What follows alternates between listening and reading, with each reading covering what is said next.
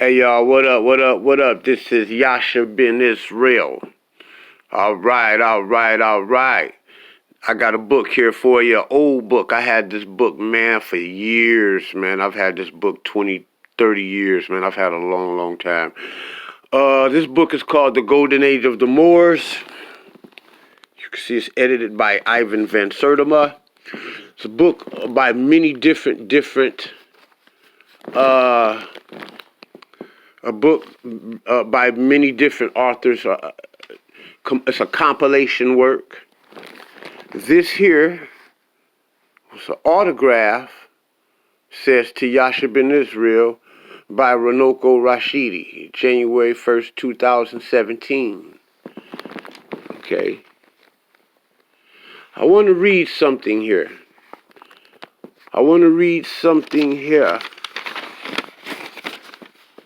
Move that out the way there. And this chapter is called The Moors in Antiquity by James E. Brunson and Ronoko Rashidi, which is the guy who signed the autograph. I want to go to page 60. Look at some of the artwork here.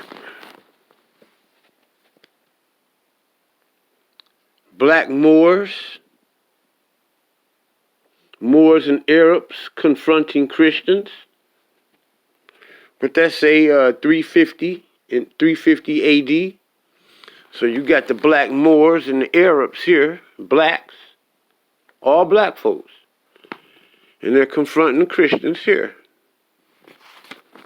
Now, for those who says that the Jews never existed, there was never a people in history called the Jews or anything like that, let me read some of the work of great real scholars like James Brunson and Ronoko Rashidi.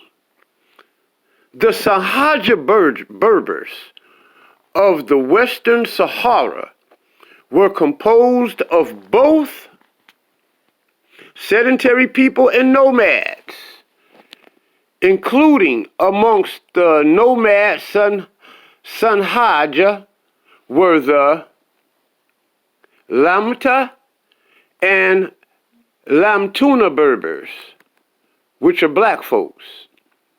The Sanhaja, known as the Malatuman, or the people of the Vale, were responsible for the second significant Moorish invasion of Al-Andalus, the Arabic name for Islamic Spain.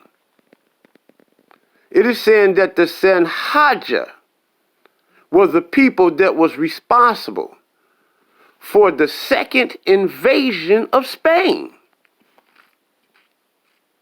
Al-Andalus. In 1095 AD, the Sanhaja Berbers initiated the Almoravid dynasty. I told y'all that it was the Jews who called in the Arabs. It was the Jews that ran the Moorish Empire, and they called in the Arabs for help. You dig? The Sanhaja Berbers, again, initiated the Almoravid dynasty. The Almoravid dynasty was called the Empire of the Two Shores. It lasted 100 years and stretched from the Senegal River to the west, in West Africa, to the Ebro River in the northern Spain.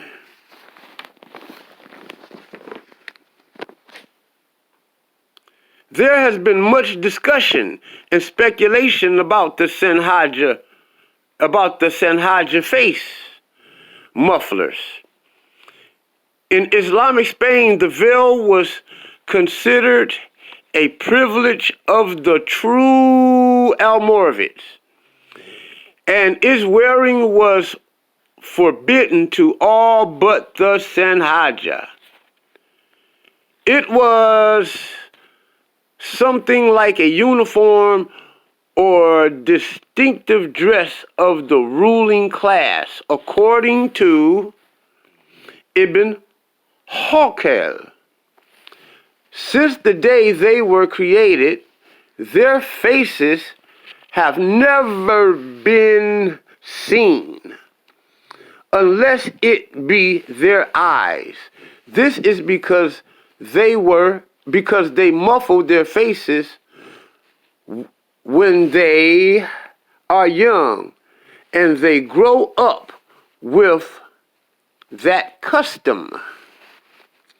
According to al-Bukhari, in 1078 AD, there were amongst the Sanhaja Berbers blacks professing Judaism. According to al-Bukhari, in 1078 AD, there were amongst the Sanhaja Berbers blacks professing Judaism. Brunson Rashidi. According to al-Bukhari, 1078 AD, there were amongst the Sanhaja Berbers blacks professing Judaism. These blacks were referred to as the Balfour. The Balfour practiced Judaism before they were overcome and absorbed by the Almoravids.